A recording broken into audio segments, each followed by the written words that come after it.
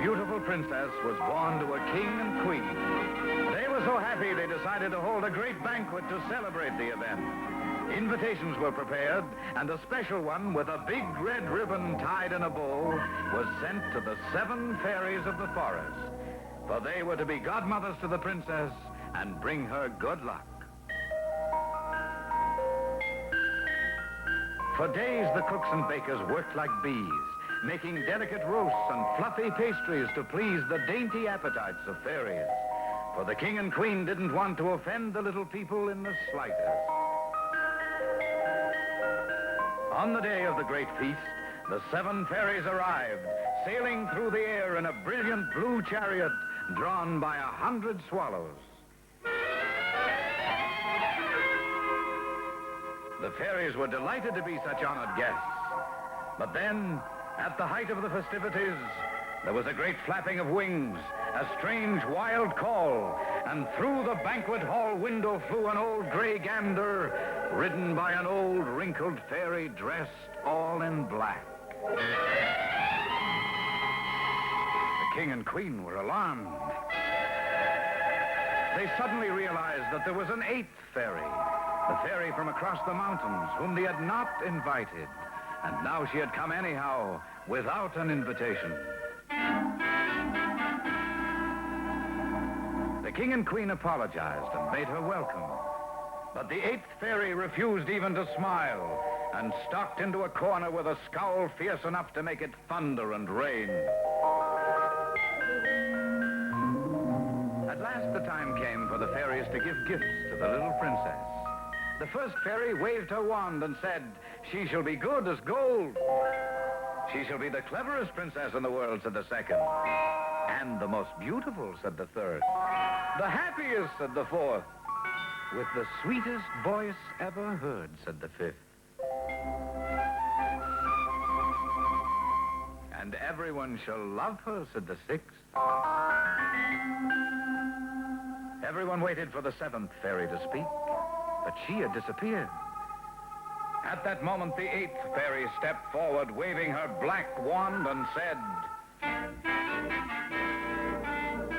"The princess shall stick her finger on the needle of a spinning wheel and die."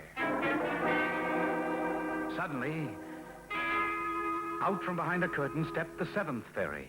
She had been hiding until she discovered what trouble the 8th fairy meant to bring.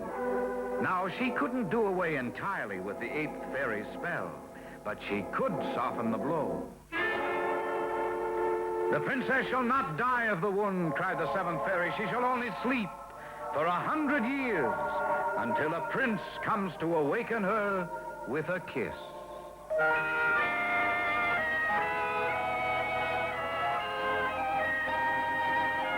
Everyone was overjoyed that the wicked fairy's spell was partly broken. But they left the palace wondering if the little princess would prick her finger on a spinning wheel and become a real sleeping beauty.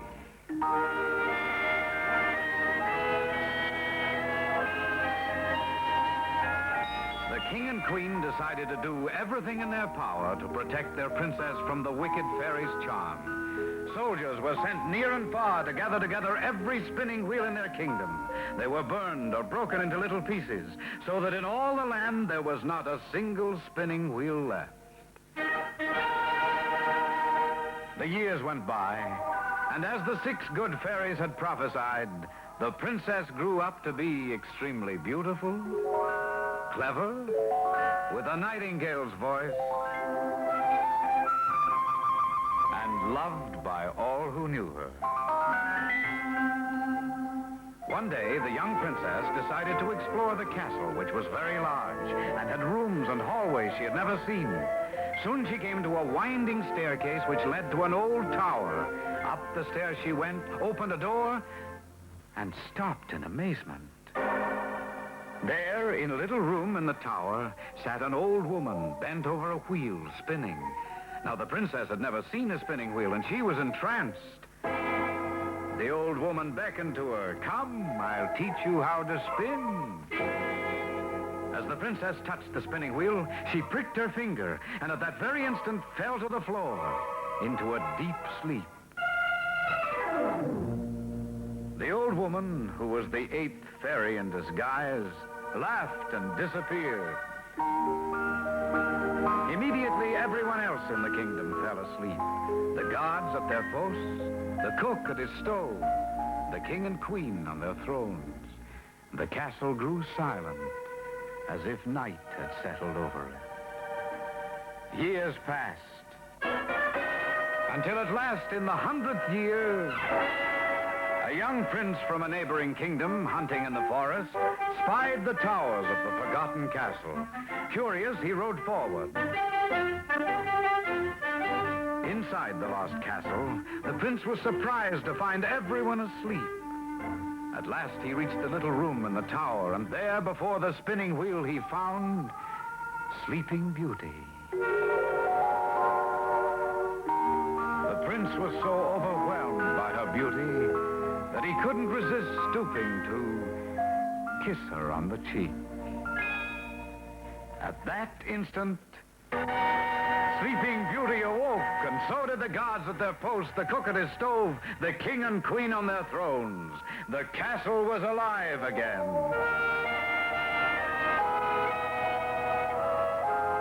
Not long after that, the prince married Sleeping Beauty, and everyone was invited. And of all the guests, the princess was most happy to see the one who had saved her life more than 100 years before, the 7th fairy.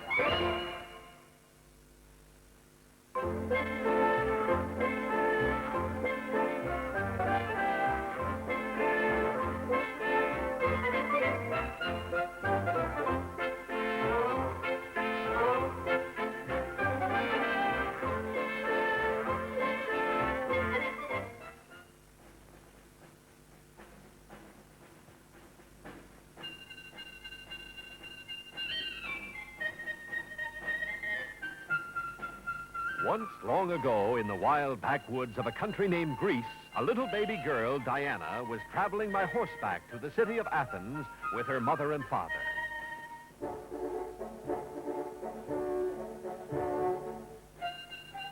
It was dangerous to travel through the rough, lonely country. Bands of robbers hid there. Even now, dark, cruel eyes watched little Diana and her parents as they went slowly on their way. Ahead of them was a clearing. Here, the bandits planned to seize Diana and her family and hold them for ransom.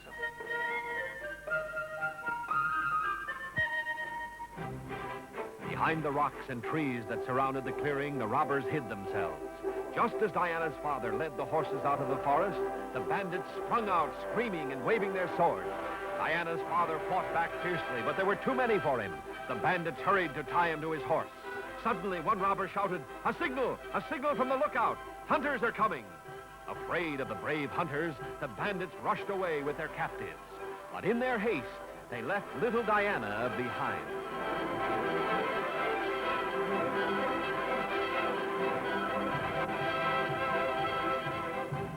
Only a few minutes passed. Then the hunters broke into the clearing, but they were too late.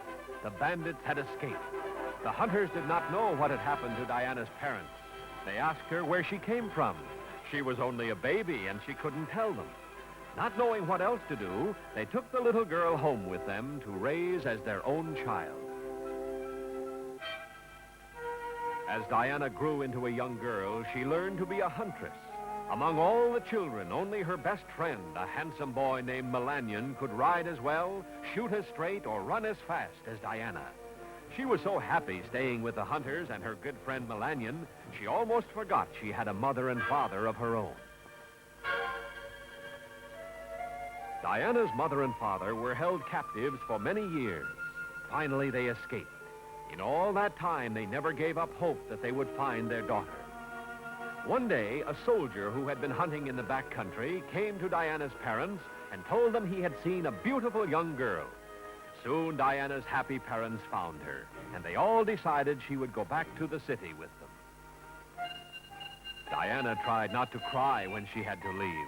She called back to Milanion, "When we are grown up, I will marry you." And she rode away.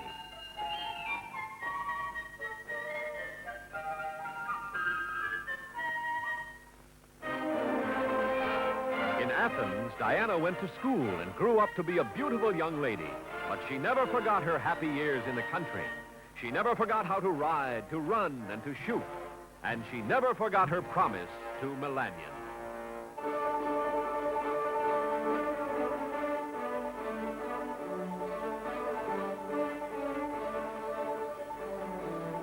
Many young men wished to marry Diana. Her parents thought a girl of her age should take a husband. It had been many years since she had seen Milanion, so Diana, to please her mother and father, promised to marry the first young man who could outrun her in a race. Many tried, but no one could run as fast as Diana. The people of Athens came by the hundreds to watch the races. Diana was their favorite. They cheered and laughed as she sprinted far ahead of her closest rivals. The onlookers tossed presents to her, and even during the race, Diana could pick up a gift and keep running fast enough to win easily. One day, a handsome soldier stepped close to her and said, "Diana, will you run against me?" Diana's heart beat faster. It was Milanion. She smiled, for she remembered that as children, only Milanion could run faster than she.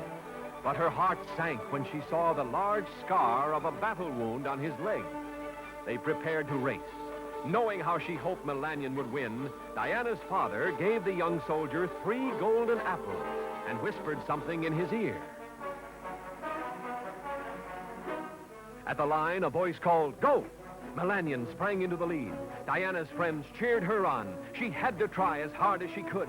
Diana began to gain. Out in front of her, he tossed a golden apple. She scooped it up. Milanion held his lead. Diana began to gain. Again, Milanion threw out a golden apple. She swerved to pick it up. The crowd cheered, but Milanion was still in front. Now the finish line was in sight. Diana was gaining. Milanion dropped the last apple. Diana reached down. The third apple was much heavier. For a split second, she slowed, then regained her speed. Just as she was about to catch him, Milanion crossed the finish line ahead of her.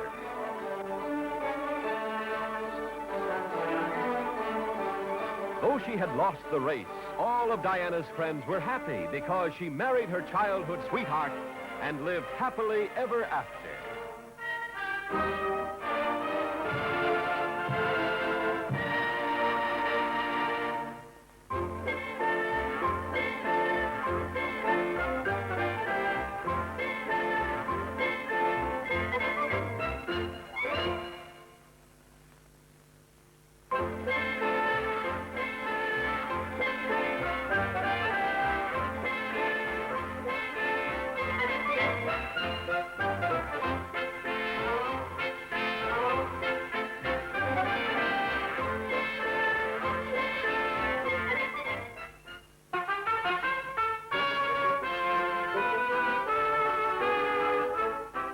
Once upon a time, high in the highest tower of the faraway city of Glicken Glauken, there was a wonderful clock. The numbers on its face were inlaid with precious jewels, and its hands were carved of purest ivory. And to mark every hour, one silver cock crowed.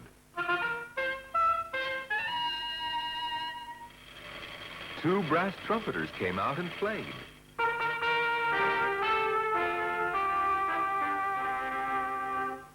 And a little golden angel sang.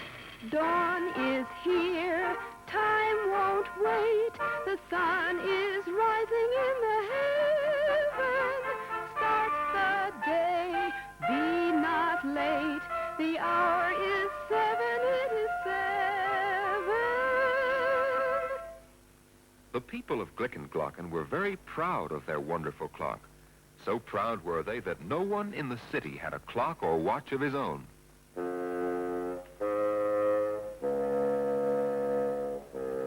Across the river from Glicken Glauken stood the ugly city of Dumburg. Now, the wicked king of Dumburg had always wanted to conquer Glicken Glauken, but he was afraid to attack. suddenly the king cried, I have it. I'll stop their big clock, and without watches or clocks of their own, they won't be able to tell the time. Everything will be thrown into confusion, then I will strike. So the wicked king of Dumburg sent his boldest henchman into Glicken Glauken to stop the clock. Slyly, the henchman crept close to the tower just as the clock was about to strike. The hands of the wonderful clock pointed to 3 as he tiptoed up the steps.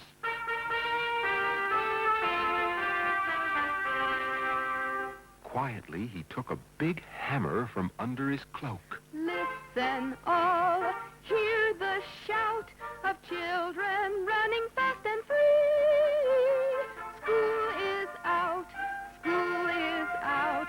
The hour is 3, the hour is... The clock was stopped. Yes, the big clock was stopped. Its hands pointed to 3 and moved no more. Then, just as the wicked king of Dumburg had planned, all over the city of Glicken Glauken there was terrible confusion. What time is it? What time is it? What time is it? What time is it? Should we work? Should we work? Or should we stop? Or should we stop? Should we open up Should the we doors or open close up every shop? Every shop. The wicked king brought his army to a high ridge just across the river, and there behind the hill they waited while things in Glicken Glauken grew more and more confused. Is it late? Is it early? Goodness, what a hurly-burly. Is it early? Is it late? What's the hour? What's the date? Maybe it is time for bed. Get up quick and work instead. What has happened to our town? Everything is upside down. The wicked king cried, Now is the time! Over the bridge, and Glicken Glauken will be ours!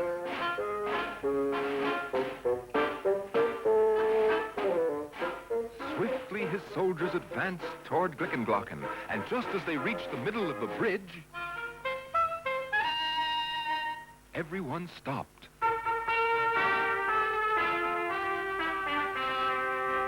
They looked up. Hear me well, all take care. Across the river from the ridge, now comes the foe. So beware, a Glicken Glauken to the bridge now. Our wonderful clock is magical. Yes, Captain, and the magic has saved our city. To the bridge, men!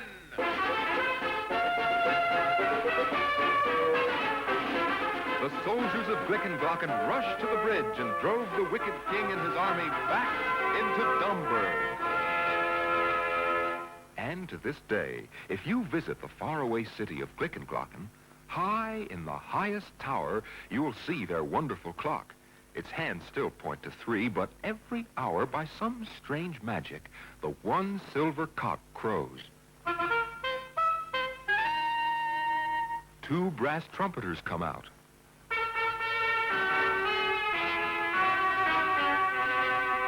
And the little golden angel sings.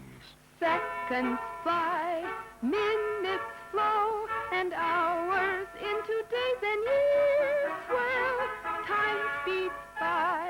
All should know that time is precious. Use your time well.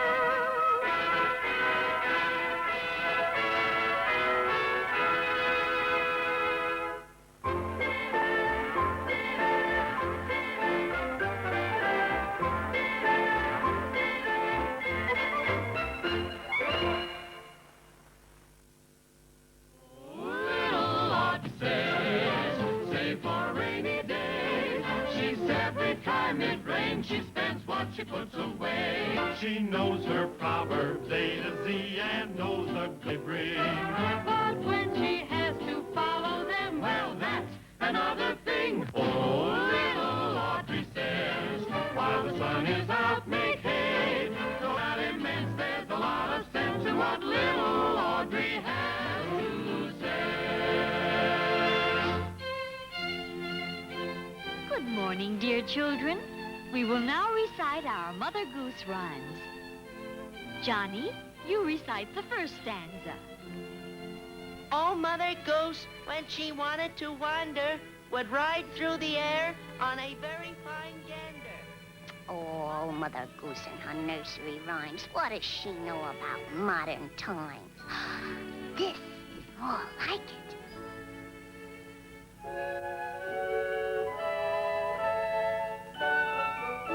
To get at this boodle, I had to use my noodle. I'm a sharpie. That's why my name's Pinhead. This is why I'm White Brain. This is gonna be sensational. The first crooks at Fort Knox. Caught in the act. Crime doesn't pay. You ain't got nothing on us. We're a couple of coin collectors. Ain't talking, see? Audrey, recite the next line. I ain't talking. I ain't no stool pigeon, see? Audrey, go sit in the corner and memorize Mother Goose.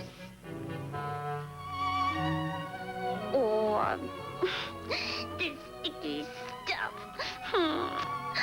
Oh, Mother Goose Land. Oh, puts me to sleep.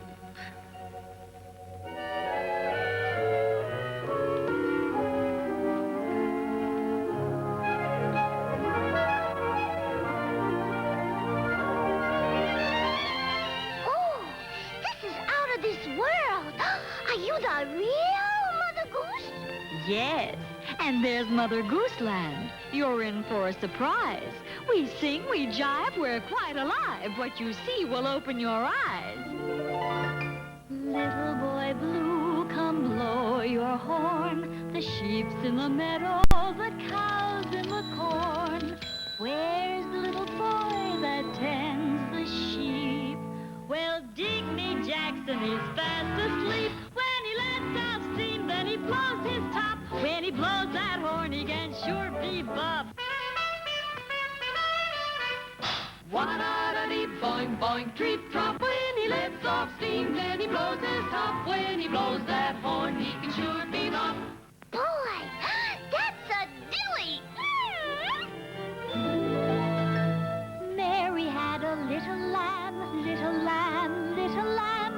Mary had a little lamb. His hair was white as snow. And everywhere that Mary went, Mary went, Mary went. Everywhere that Mary went, she fleeced him for his dough.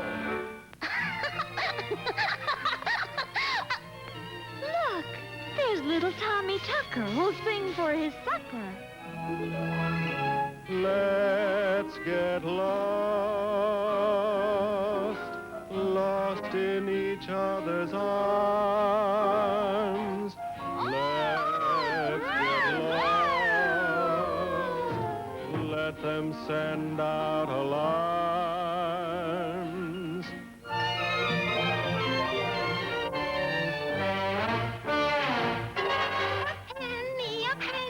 A penny for me. A penny for movies I try to see.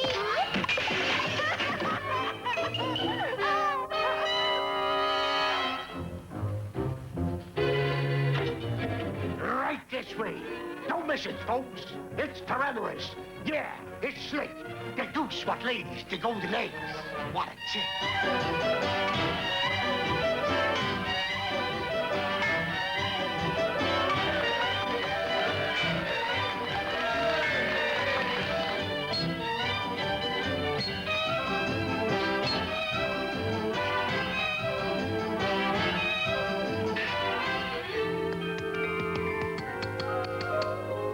Let's steal the show, Bird Brain.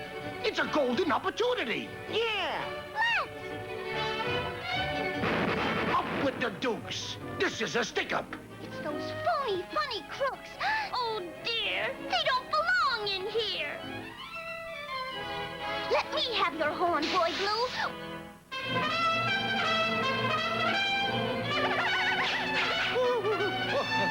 Oh, stop thief. Oh, wait for me. Oh, wait.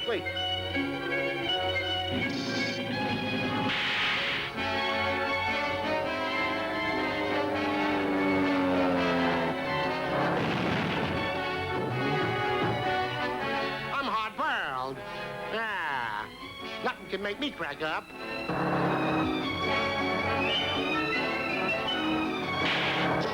Stop, thief!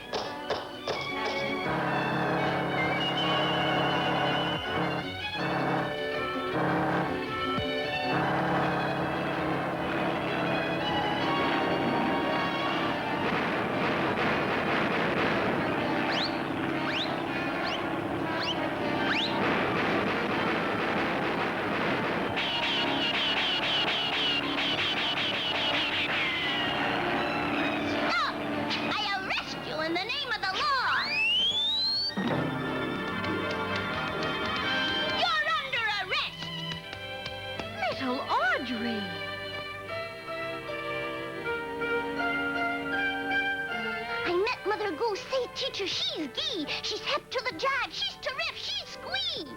She's hep to the jive. That old Mother Goose is sure alive.